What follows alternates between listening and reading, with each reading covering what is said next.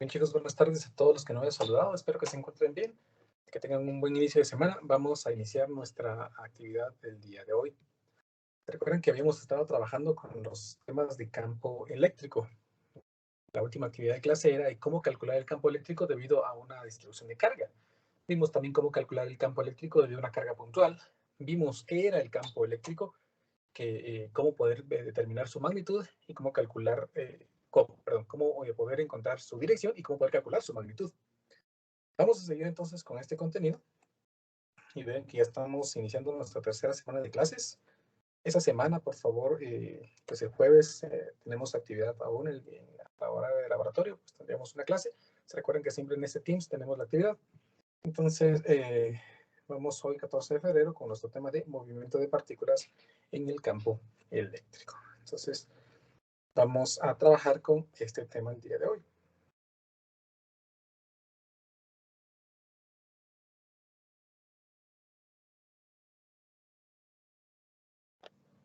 ...14 de febrero del 2022.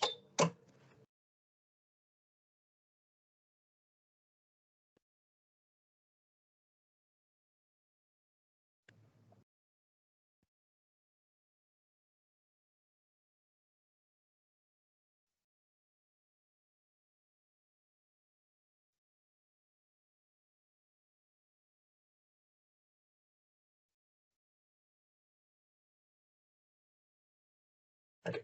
Recuérdense que estábamos viendo el otro día cómo eran los campos eléctricos y vimos que los campos eléctricos uniformes se generaban cuando nosotros teníamos dos placas paralelas a las que les habíamos asignado una carga uniformemente distribuida.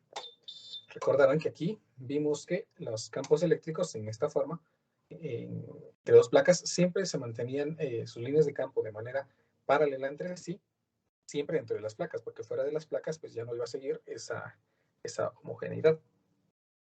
La placa positiva y la placa negativa siempre definían el campo eléctrico y siempre recordemos que el campo eléctrico siempre apunta de la placa positiva hacia la placa negativa, indicando el movimiento de una carga positiva.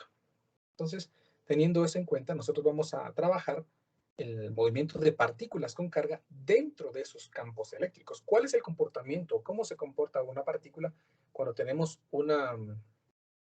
cuando se está moviendo dentro de un campo eléctrico? Entonces, para poder comprender esto, vamos a realizar de una vez nuestro ejemplo número 1.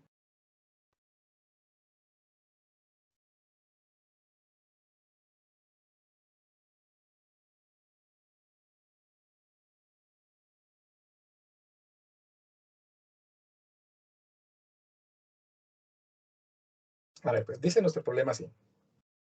Un protón es una carga positiva, es proyectado en la dirección positiva de X al interior de una región de un campo eléctrico uniforme. Me está diciendo que es un campo eléctrico uniforme de 6 por 10 a la 5 i newtons coulombs, menos 6 por 10 a la i newtons coulombs en el instante t igual a 0. Esto está en forma vectorial, vean, por eso tiene una flechita y me dice menos 6 por 10 a la 5 i. Esta i está refiriendo al vector unitario en la dirección de x, ¿sí? Al ser negativo significa entonces que apunta en la dirección de x negativo. El protón recorre una distancia de 7 centímetros antes de llegar al reposo. Determine, inciso A, la aceleración del protón. Inciso B, su rapidez inicial. E inciso C, el intervalo de tiempo en el cual el protón queda en reposo. Muy bien, vamos a intentar comprender todo lo que el problema me dice. Primero me dice que se está moviendo un protón en la dirección positiva de X. Entonces yo voy a intentar dibujar aquí el eje X. Vamos a dibujar aquí un eje Y. Y voy a dibujar aquí un eje X. Vamos a suponer que este eje es por el cual se está moviendo, o en la dirección en la que se está moviendo un protón. Voy a dibujar por aquí un protón. Recuerden que un protón tiene una carga elemental positiva. Entonces ahí está el protón moviéndose en la dirección del eje X positiva. Entonces aquí tenemos un protón que se está moviendo en esta dirección, pues con una rapidez dada.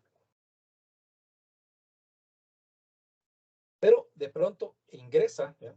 Se proyecta al interior de una región en la que existe el campo eléctrico E de menos 6 por 10 a la 5 newtons coulombs, el Mi. Eso significa que el campo eléctrico está apuntando en la dirección negativa del eje X, es decir, a nuestra izquierda, según lo que observamos. Esta es la dirección del campo eléctrico y su magnitud es de 6 por 10 a la 5 newtons coulombs.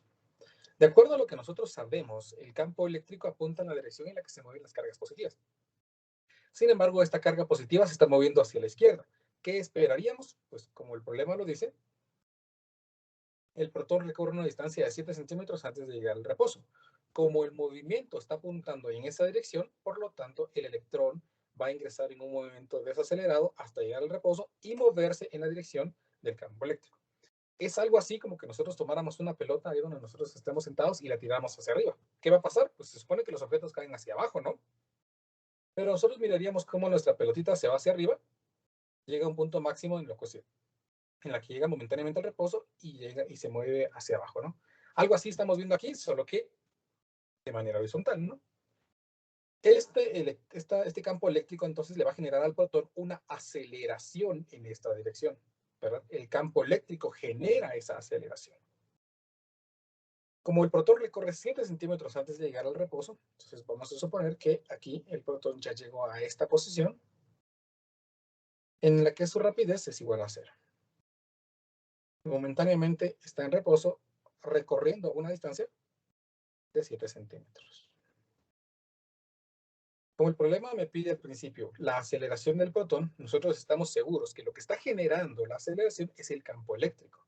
Entonces, pues sabemos de la segunda ley de Newton que la fuerza es igual a la masa por la aceleración. Masa por aceleración. Por lo tanto, para determinar la aceleración, pues yo necesitaría una fuerza. ¿Cuál es la fuerza que está haciendo que este electrón se desacelere? Pues es la fuerza eléctrica. Entonces le voy a poner aquí fuerza sub E para indicar que es una fuerza eléctrica. También hemos aprendido que el campo eléctrico no es nada más que la fuerza eléctrica que soporta una partícula con carga dividido la carga que posee. De esto, entonces, yo puedo decir que la fuerza eléctrica es igual a la carga multiplicada por el campo eléctrico. Al reemplazarlo en la segunda ley de Newton, obtengo de que la carga multiplicado por el campo eléctrico sería igual al producto de la masa y la aceleración. En consecuencia, la aceleración estaría dada por la carga multiplicada por el campo y dividido la masa. ¿Sí? La carga, estamos hablando de la carga elemental del protón. El campo eléctrico, el campo eléctrico que el problema me indica. Y la masa sería la masa del protón. Entonces vamos a ingresar datos a nuestra ecuación. ¿Cuánto es la carga de un protón? ¿Alguien se recuerda?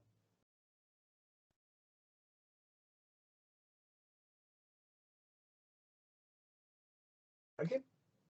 ¿Carga de un protón? 1.602 por 10 a la 19. 1.602 por 10 a la menos 19. Excelente. Así. Coulombs, ¿verdad? Multiplicado por el Así. campo eléctrico que ya vemos, ¿sí? Que es de 6 por 10 a la 5. 6 por 10 a la 5 newtons sobre el coulomb. Y todo esto dividido en la masa del protón. ¿Alguien se recuerda cuánto es la masa del protón? Recuerden que ya lo trabajamos en algún momento, ¿no? Está en el formulario, si es que lo tienen ahí a la mano. 1.673 por 10 a la menos 27 kilogramos. Excelente. Muy bien, menos 27. ¿Y el campo eléctrico no es negativo? ¿El cuál? ¿El campo eléctrico no es negativo? Como el programa dice que No. No, porque se recuerda que este negativo indica la dirección negativa del eje X, porque como es un vector. Ahí estamos trabajando magnitudes, Ingebram. Exactamente, y magnitudes. Entonces, este signo no me indica que el campo sea negativo, sino me está indicando dirección, porque estamos hablando de un vector. ¿Estamos? Ah, ya sí, gracias. Muy bien. Entonces, la aceleración, si ingresamos datos a nuestra calculadora, veamos de cuánto es. Entonces, aquí me quedaría 1.602 por 10 a la menos 19 por 6 por 10 a la 5 dividido 1.673 por 10 a la menos 27. Y 3 por 10 a la menos 27, ahora sí. Y me queda que solo que aquí le puse negativo por alguna razón. Ahí está. Que la aceleración es de 57.45 por 10 a la 12 metros sobre segundos al cuadrado. Ahí tenemos entonces la magnitud de la aceleración. Pregunta, ¿en qué dirección va la aceleración? ¿La aceleración iría hacia la derecha o hacia la izquierda? ¿Qué dicen ustedes? Hacia la izquierda. Exactamente, hacia la izquierda, porque está desacelerando al protón. Por lo tanto, el vector de aceleración tiene que estar en dirección contraria al vector velocidad. Por lo tanto, nosotros podríamos afirmar aquí que dado de que la fuerza eléctrica es contraria al movimiento, entonces la fórmula sería menos fuerza eléctrica es igual a masa por aceleración, quedándome entonces esta ecuación. Y finalmente negativa la aceleración, ¿verdad? Ese negativo surgió porque la fuerza es contraria a la dirección del movimiento que tiene este protón. Si ya tengo la aceleración, pues ya he resuelto lo que el problema me pedía en el inciso A, por así decirlo. ¿Cuál es la aceleración del protón? La aceleración del protón. En el inciso B me pide la rapidez inicial, es decir, ¿a qué rapidez estaba moviendo aquí? Bueno, esto entonces pues, se va a parecer un poquito más a los movimientos rectilíneos con aceleración que aprendimos en física básica. Voy a colocar aquí inciso B, en el que voy a escribir que su velocidad inicial no la conozco. Su rapidez final, pues es 0 porque se detuvo. La aceleración con la que se está moviendo es de menos 57.45 por 10 a la 12 metros sobre segundos al cuadrado. El tiempo que tarda en moverse, pues no lo sé. Y la distancia que recorre antes de moverse son 7 centímetros, según lo que el problema indica, 0.07 metros. Entonces, ¿verdad? 7 centímetros me indica el problema que recorre antes de llegar al reposo. Entonces, como el problema necesita que yo determine la rapidez inicial, pues necesitaría entonces una ecuación que involucre los datos que conozco y el dato que necesito. Una ecuación de cinemática básica que involucre la velocidad inicial, la velocidad final, la aceleración y la distancia. ¿Quiénes de los que tienen su formulario a mano me podría indicar una fórmula que involucre esos 4 datos que estamos mencionando?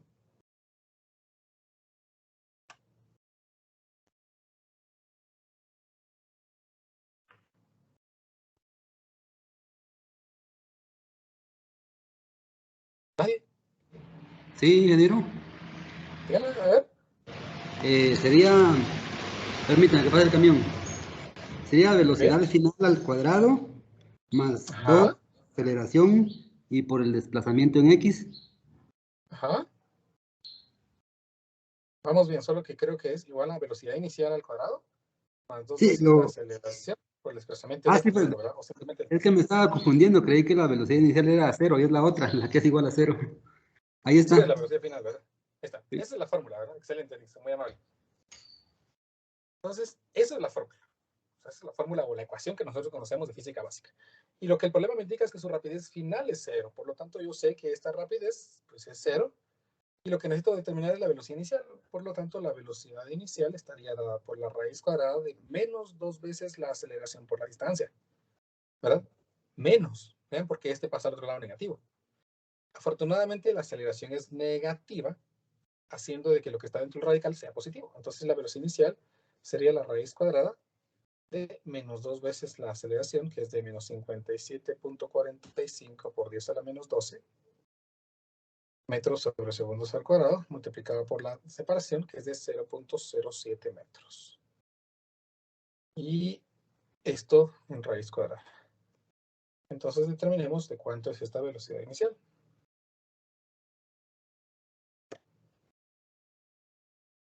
Entonces aquí me quedaría la raíz cuadrada de 2 por 57.45 por 10 a la menos, a la 2, a la menos 2, no, era la 12.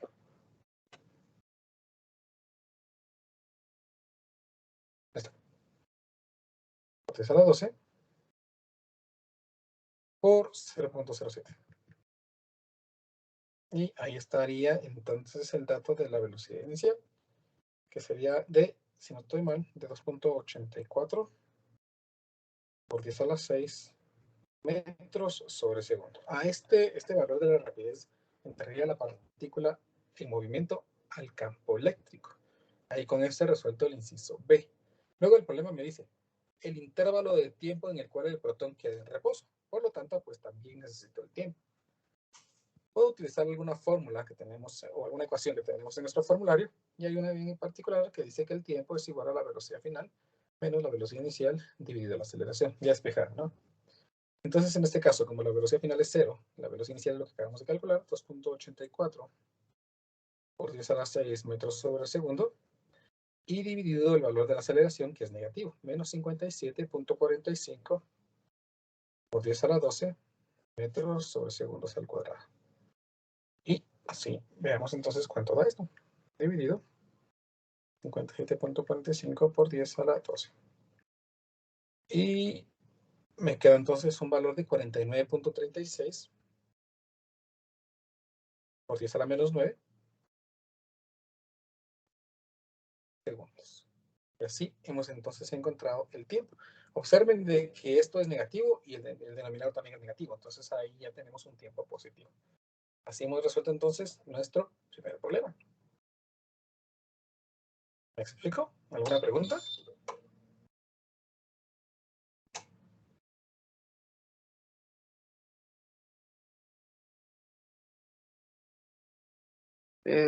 Ahí vamos bien por el momento. Está fácil, ¿verdad? Hay que desempolvar un poquito las ecuaciones y las teorías que aprendimos en física básica. Pero, pues, son temas que ya no son difíciles, solo hay que recordarlos. Ya ganaron ustedes el curso. Hagamos un segundo ejemplo.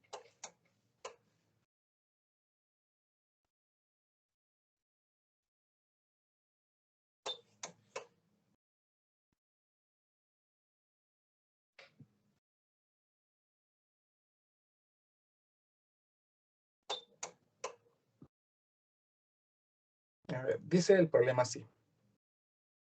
Dos placas metálicas horizontales, cada una de 100 milímetros de lado, están alineadas una sobre la otra con una separación de 10 milímetros. Se les proporciona cargas de igual magnitud y de signo opuesto, de manera que se genere un campo eléctrico uniforme hacia abajo de 2000 newtons coulombs entre las placas. ¿Ven? Tenemos un campo eléctrico de 2000 newtons coulombs dirigido hacia abajo. Una partícula con masa de 2 por 10 a la menos 16 kilogramos y con una carga positiva de 1 por 10 a la menos 6 coulombs parten del centro de la placa negativa inferior, con una rapidez inicial de 1 por 10 a la 5 metros sobre segundo, en un ángulo de 37 grados, sobre la horizontal. Describa la trayectoria de la partícula, contra qué placa se impactará y dónde se impactará en relación con su punto de partida. Vamos a intentar entonces dibujar un modelo que represente el problema. Tenemos inicialmente dos placas metálicas que de longitud cada una de 100 milímetros y con una separación de 10 milímetros. Entonces voy a intentar dibujar aquí dos placas.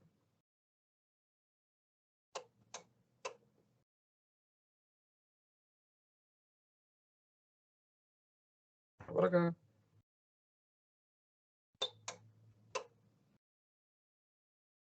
Otra por acá. Como el problema indica que el campo eléctrico es de 2000 newtons coulombs de magnitud y dirigido hacia abajo, pues entonces yo ya sé que el campo eléctrico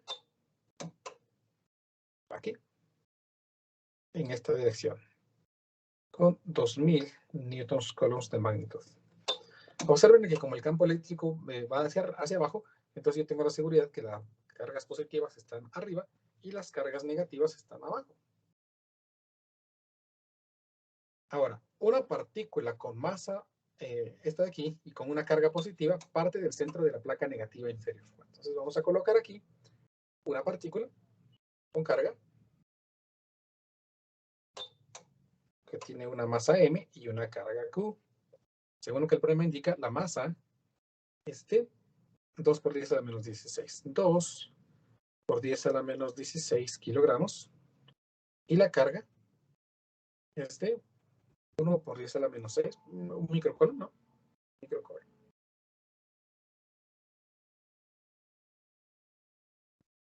Parte con una rapidez de 1 por 10 a la 5 en un ángulo de 37 grados. Entonces aquí vamos a indicar que esto tiene una rapidez a un ángulo de 37 grados. La rapidez es de 1 por 10 a la 5. 1 por 10 a la 5 metros sobre segundo. Ahí está. Ahí tenemos entonces la información del problema. Ahora, empecemos a ver qué es lo que quiere. Primero me dice, describa la trayectoria de la partícula. Vamos a intentar describir la trayectoria de la partícula. A ver, pues ayúdenme ustedes con esta información, por favor. Si esta es una partícula positiva, y nosotros no la perturbáramos dándole ninguna rapidez, ¿será que la partícula permanecería allí en este lado o se iría hacia la otra placa? ¿Qué dicen ustedes? Se mantendría ahí. Se mantendría ahí. Excelente. ¿Por qué? Quedaría Porque es ahí. una carga positiva. Muy bien. Es una carga positiva. Entonces, pues no hay pierde, ¿no? Se va a quedar allí porque esta es una placa negativa. Sin embargo, por alguna razón se le dio una rapidez. ¿Qué es lo que queremos? ¿Qué es lo que esperaría la partícula entonces? La partícula desearía volver a la placa negativa. Por lo tanto, la rapidez asignada va a hacer que esto se mueva, pero la aceleración hacia la placa va a hacer que esta partícula vuelva hacia la placa. ¿Qué tipo de movimiento es este? ¿Cómo se llama este movimiento? Parabólico. Parabólico. Excelente. Entonces yo ya sé que el movimiento que va a tener el protón es un movimiento parabólico.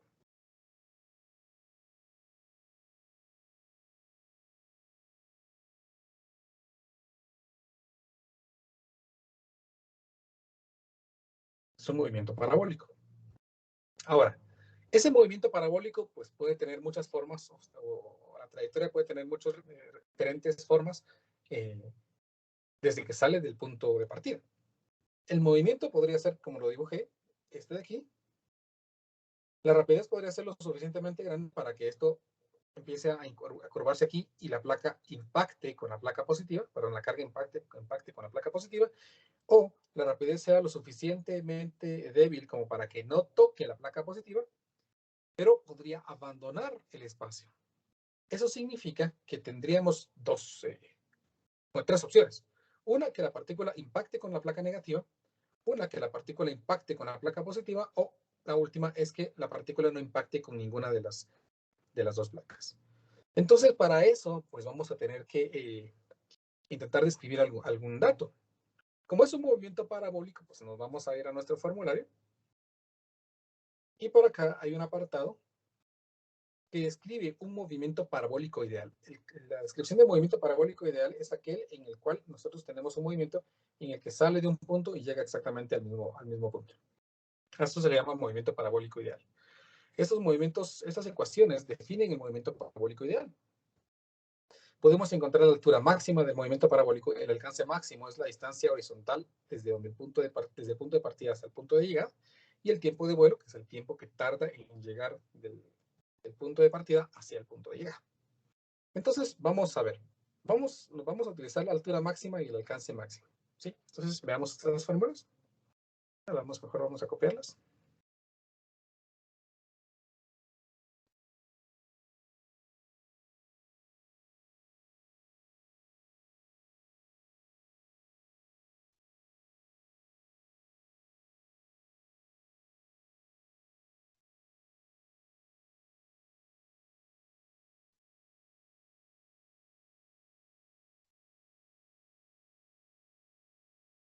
Y las vamos a pegar en donde estamos trabajando.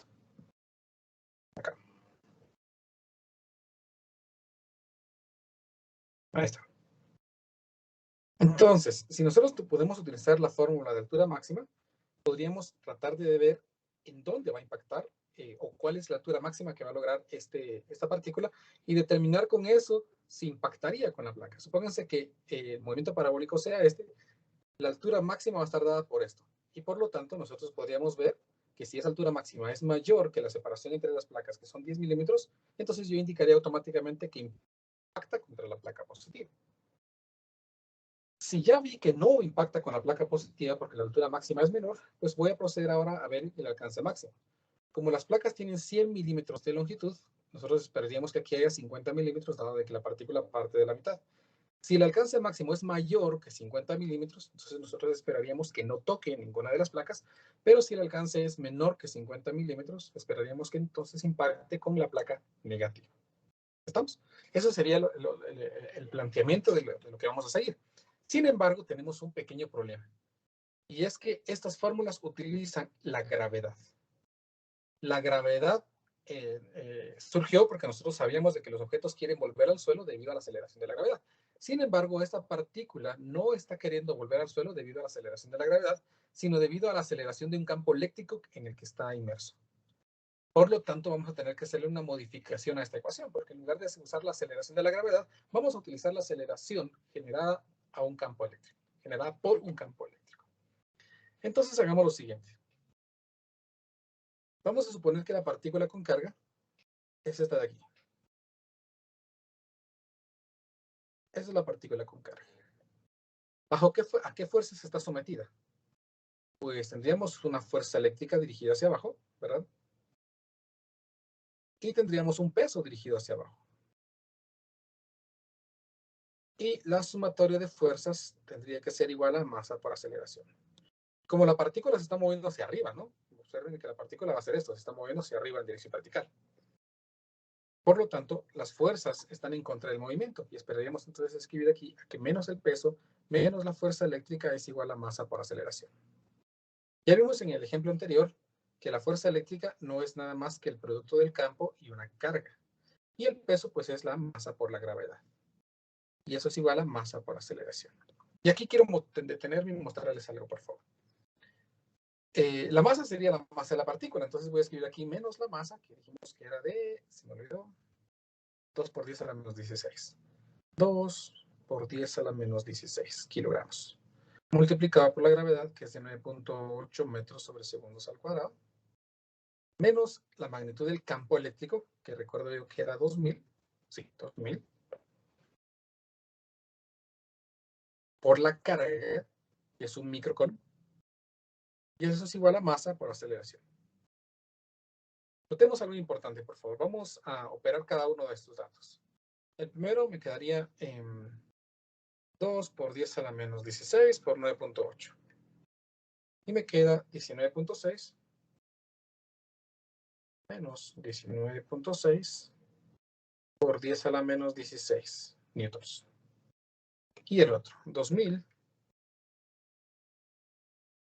por 1 por 10 a la menos 6. Y me queda eso, ¿no? 1, 2, 3. 2 por 10 a la menos 3. Y finalmente, esto igual a masa por aceleración. Vamos a sumar estas dos cantidades porque tienen signos iguales, ¿no? Entonces me quedaría menos 19.6 por 10 a la menos 16 menos 2 por 10 a la menos 3. Y el resultado es de menos 0.002, o sea, menos 2 por 10 a la menos 3. Igual a masa por aceleración. ¿Alguien que me quiera indicar por qué prácticamente quedó igual que esto? Y es como que esto hubiera desaparecido. ¿Cuál es la razón? Dije, tal vez por la cantidad de ceros que hay antes del 19.6. Exactamente, muy bien. Esta cantidad es muy pequeña comparada con esta. Esta tiene 16 ceros antes y esta tiene 3. Ya vieron como vimos antes, ¿no? 0.002. Esa tiene 15 ceros después del punto decimal. Por lo tanto, la contribución que hace esta es nula, es casi mínima. ¿Por qué? Porque la masa es muy pequeña. Por lo tanto, a partir de ahora, todos los efectos gravitacionales en las partículas en movimiento dentro de un campo eléctrico, pues las vamos a omitir. ¿Por qué? Porque su efecto es casi nulo. Ustedes lo pueden trabajar y darse cuenta que en algún momento, pues, los valores son pequeñísimos. Entonces, no los vamos a tomar en cuenta. Observen de que de todas maneras, si los tomamos en cuenta, pues solitos se van a desaparecer. En este caso, entonces, yo tendría aquí que la aceleración, que se contraria al movimiento, va hacia abajo, me está quedando como menos 2 por 10 a la menos 3, dividido la masa, que era de 2 por 10 a la menos 16 kilogramos. Entonces, veamos cuánto es esto. Menos 2 por 10 a la menos 3 dividido 2 por 10 a la menos 16. Y me queda que esto es qué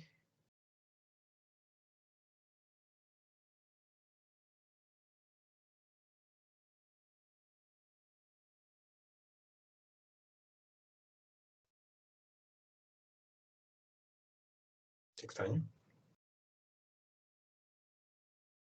1.23 por 10 a la 3. No, no puede ser. Hay algo mal aquí. 2 por 10 a la menos 3, 2 por 10 a la menos 16. Inge, a mí me queda como 10 por 10 a la 12. ¿Verdad que sí? Sí, a mí me quedó aquí, estoy viendo que como que falló la calculadora. Gracias, Celia, muy amable. Qué raro. 10 por 10 a la 12, pero me dijo, ¿verdad? Sí, Inge. Sí, gracias. metros sobre segundo al cuadrado. Ahí tendríamos el valor de la aceleración. Observen que negativo porque va para abajo, ¿no? Entonces, teniendo este valor de la aceleración, yo ya sé que esta aceleración es lo que hace que la partícula quiera volver al suelo, por así decirlo. Podríamos decir entonces que esta sería la gravedad, así entre comillas, en la que está sujeta esa partícula dentro de ese medio. ¿Estamos? Por lo tanto, nuestra altura máxima, ¿sí? La altura máxima h, la vamos a calcular según esa fórmula. Velocidad inicial al cuadrado por el seno al cuadrado del ángulo, dividido 2 veces la gravedad, pero en este caso 2 veces la aceleración. Y esas fórmulas pues utilizan únicamente magnitudes, entonces solo la magnitud de la aceleración. Entonces ingresemos datos de acuerdo a lo que tenemos. La velocidad inicial, según lo que me indica, es de 1 por 10 a la 5 al cuadrado, por el seno del ángulo, que es 37, al cuadrado. Y todo esto dividido 2 por el valor de la aceleración, que es 10 por 10 a la 12. Y ahí tengo entonces la altura máxima, que ahora sí ya funciona esto, que sería de 181.1 por 10 a la menos 6, como estamos hablando de altura, metros. Si lo quisiera pasar a milímetros, pues esto sería 0.18 milímetros. La pregunta ahora, ¿será que esta altura es mayor que la separación entre las placas, que es de 10 milímetros? ¿Qué dicen ustedes? Sí, ingeniero. ¿Sí es mayor o sí es menor? Es menor. Es menor, ¿verdad? Es menor a 10 milímetros. Por lo tanto, yo tengo la seguridad que la altura máxima de 0.18 milímetros, no llega ni a 1 milímetro, no es la suficiente para alcanzar la placa superior. Por lo tanto, yo descarto que la partícula impacte contra la placa superior. Ahí no hay pierde. Probemos ahora si llega a alcanzar la placa negativa o, pues, por ser un movimiento una rapidez muy grande, pues la puede abandonar. Entonces, calculemos ahora el recorrido por la trayectoria. Según la ecuación que tenemos aquí, el alcance máximo está dado por esta ecuación. Entonces aquí me quedaría la velocidad inicial al cuadrado por el seno de 2 veces el ángulo dividido el valor de la aceleración, porque hay de gravedad, pero aquí estamos hablando de otro tipo de efecto. Es un efecto eléctrico, entonces la aceleración cambia. Entonces ingresemos los datos a nuestra calculadora también. Aquí me quedaría. Era 1 por 10 a la 5. 1 por 10 a la 5 por el seno de 2 por 37 dividido el valor de la aceleración, que era 10 por 10 a la 12. Y me da de 9.61 por 10 a la menos 9, si no estoy equivocado. No solo que es al cuadrado la velocidad. Entonces, ahora sí, 961.3 por 10 a la menos 6 metros. Por lo que es equivalente en milímetros a 0.96 milímetros. Recordemos que esta partícula se lanzó desde la mitad de la placa. Esto sería 50 milímetros. Entonces, ¿será que este dato es mayor o menor que 50 milímetros? Es menor. Es menor, ¿verdad? 50 milímetros. Por lo tanto, con esto acabamos de ver que la partícula va a impactar contra la placa negativa. Entonces yo ya sé que impacta contra la placa negativa. La siguiente pregunta me dice, ¿y dónde se impactará en relación con su punto de partida? Bueno, eso ya lo hicimos. Se va a impactar a 0.96 milímetros de su punto de partida, siempre en la placa negativa. Entonces respondemos. La partícula impactará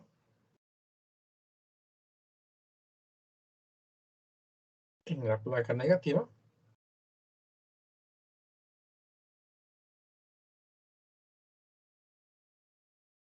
a 0.96 milímetros del punto de partida.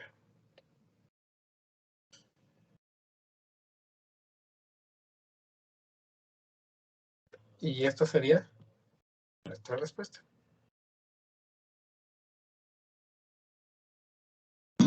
Inge, disculpe la molestia. Dígame. Tal vez solo para aclarar, 10 a la menos 6 es micro. A la menos 6 sí es micro, exacto. Sí.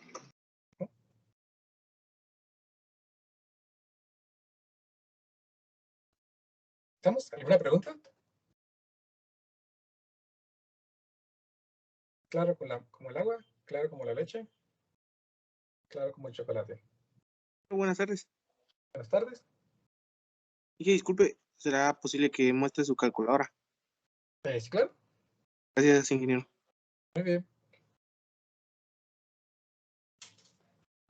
¿Dónde está la última operación? Gracias, Sí. gracias. Ya dije, gracias. Muy bien.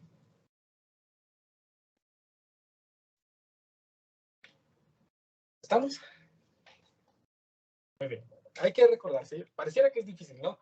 Pero pues no es difícil, solo hay que recordarse, como les digo, de los temas que hemos aprendido en cinemática, ¿no? Esos temas son fundamentales aquí. Vamos. ¿Y qué, perdone? Dígame.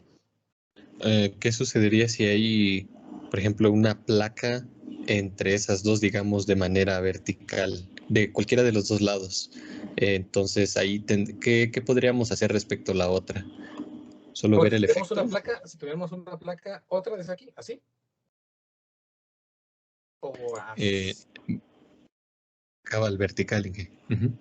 Bueno, vertical. Ahora, si tuviéramos una placa así, que no tuviera carga, tendríamos que tomar en cuenta que no tuviera carga. Entonces, pues supónganse que me pedirían que cuál debe ser la rapidez para que pase en algún espacio específico o algo así, ¿no? Pero si tiene carga, entonces el campo eléctrico dentro de esta ya no es uniforme. Y por lo tanto, la aceleración ya no sería constante. ¿Sí? ¿Me explico? Sí, gracias. Muy bien. Muy bien, pasemos a nuestro tercer ejemplo entonces. Este ejemplo es un ejemplo plus, es tal vez de los más complicados que podemos encontrar en el libro. Y es el de Resnick. Resnick, para no variar, un poquito más complicado que el resto de libros. Dice el problema así.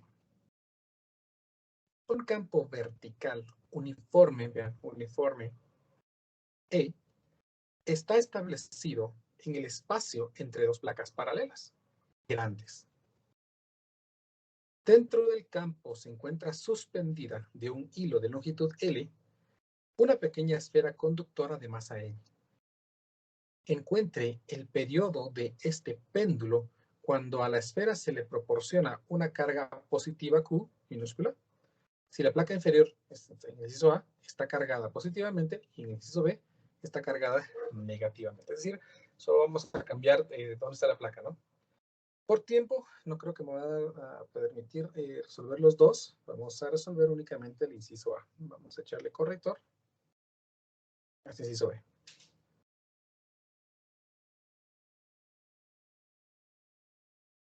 Si no, no nos va a dar tiempo. Pero prácticamente es lo mismo, solo que algunos cambios pequeñitos. A ver, pues, tenemos dos placas. Entonces voy a dibujar aquí dos placas en la que el problema me está indicando que la placa inferior es positiva. La placa inferior es positiva.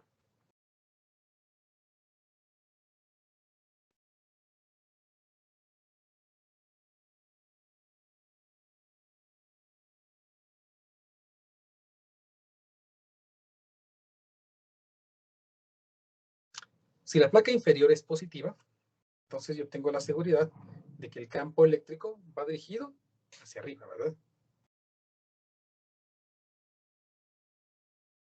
Esa es la dirección del campo eléctrico.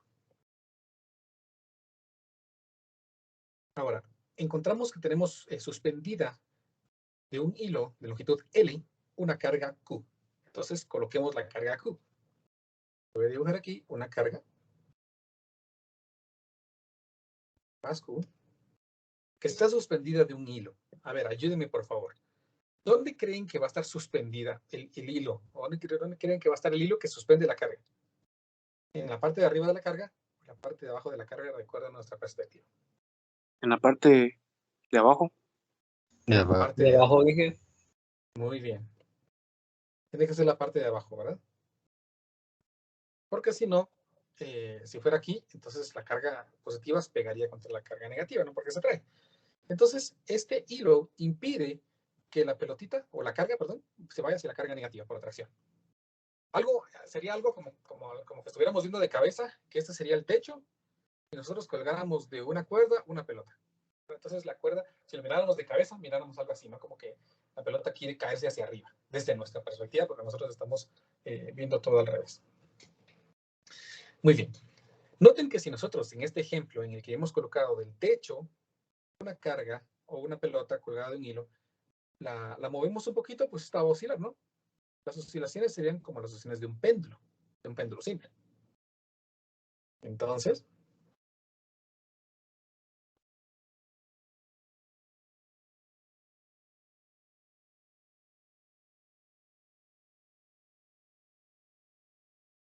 esta carga podría moverse de un lado a otro dependiendo si nosotros le empujamos, ¿no? ¿Sí? Como un péndulo simple. Los temas que ven en física básica, pues espero que los hayan podido alcanzar a ver. Entonces, el problema dice, encuentre el periodo de este péndulo. Encuentre el periodo de este péndulo. Me dicen que la masa es m también, ¿verdad? Encuentre el periodo de este péndulo. Bueno, entonces vamos a ver. El periodo de un péndulo, recordemos, el periodo de un péndulo se calcula como 2pi dividido la frecuencia natural de oscilación. 2pi dividido la frecuencia natural de oscilación. Y la frecuencia natural de oscilación depende del tipo de movimiento que se está generando, si es masa resorte, si es un péndulo, si es otro elemento. Ese es un péndulo, pero no un péndulo simple de gravitacional, sino es un péndulo eléctrico, porque estamos en medio de un elemento que es eléctrico. Para poderlo resolver, entonces, lo que voy a hacer ahorita es dibujar un diagrama de cuerpo libre que represente a la pelotita o a la carga que tenemos ahí. Y la vamos a colocar en algún punto en el que no es extremo, ni aquí ni acá, sino en un punto en el que esté todavía en movimiento. Supónganse que esta pelotita está dirigida hacia en este punto. Entonces, voy a tomar esta pelotita, o esta carga, más Q, que en este momento, pues está moviéndose hacia, esta es la dirección de su movimiento. ¿Qué fuerzas intervienen allí? Pues una es su peso. ¿Sí? Otra es la tensión de la cuerda que lo sostiene, que no lo deja ir. Y otra es la fuerza eléctrica que lo quiere llevar hacia la placa negativa. Vamos a dibujar un plano cartesiano, pero en el que nuestro eje X sea la dirección del movimiento. Y por lo tanto nuestro eje Y va a quedar más o menos aquí. Entonces, como el movimiento se está dando en este eje, ¿verdad? Aquí no hay movimiento. Por eso es que hemos colocado los ejes inclinados. Voy a hacer aquí que la sumatoria de fuerzas en X sea igual a masa por aceleración. ¿Qué fuerzas intervienen? Pues la fuerza eléctrica lo quiere llevar en la dirección del movimiento. Entonces voy a escribir aquí que la fuerza eléctrica menos la fuerza eléctrica, pero no toda la fuerza eléctrica, sino solamente una componente. Entonces voy a ubicar aquí un ángulo θ, que este ángulo θ quedaría aquí. Perdón, esto lo voy a bajar un poquito. Está. La fuerza eléctrica por el seno del ángulo.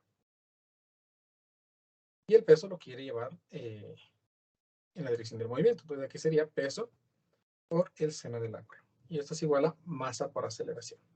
Ahí tengo esta ecuación. Bueno.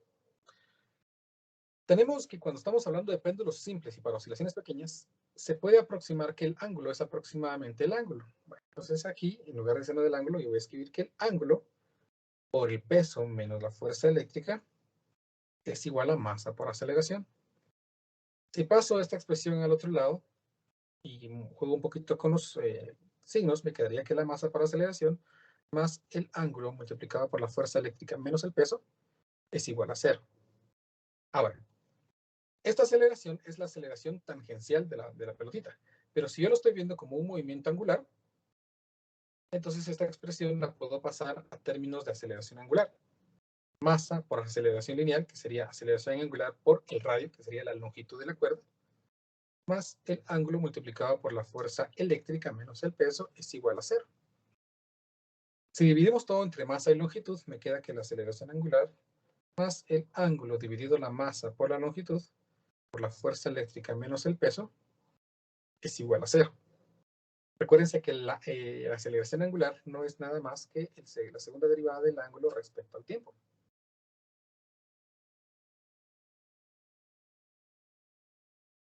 Y eso es igual a 0. Ahora, esta ecuación es una ecuación diferencial que describe, ¿sí?, el movimiento oscilatorio de un péndulo. Y entonces, la frecuencia natural de oscilación al cuadrado estaría dada por la fuerza eléctrica menos el peso dividido masa por longitud. Por lo tanto, la frecuencia natural de oscilación sería la raíz cuadrada de la fuerza eléctrica menos el peso dividido la masa por la longitud. Y si lo ingresamos en nuestra ecuación del periodo, que habíamos dicho que era 2pi dividido la frecuencia natural de oscilación, entonces aquí me quedaría que el periodo es igual a 2pi multiplicado por la raíz cuadrada de la masa por la longitud, dividido la fuerza eléctrica, que es campo por carga, menos peso, que es masa por gravedad. Y aquí tendríamos entonces una ecuación que define el periodo de un péndulo en un campo eléctrico uniforme. Y hasta aquí sería la clase del día de hoy. Nos miraríamos el día de mañana.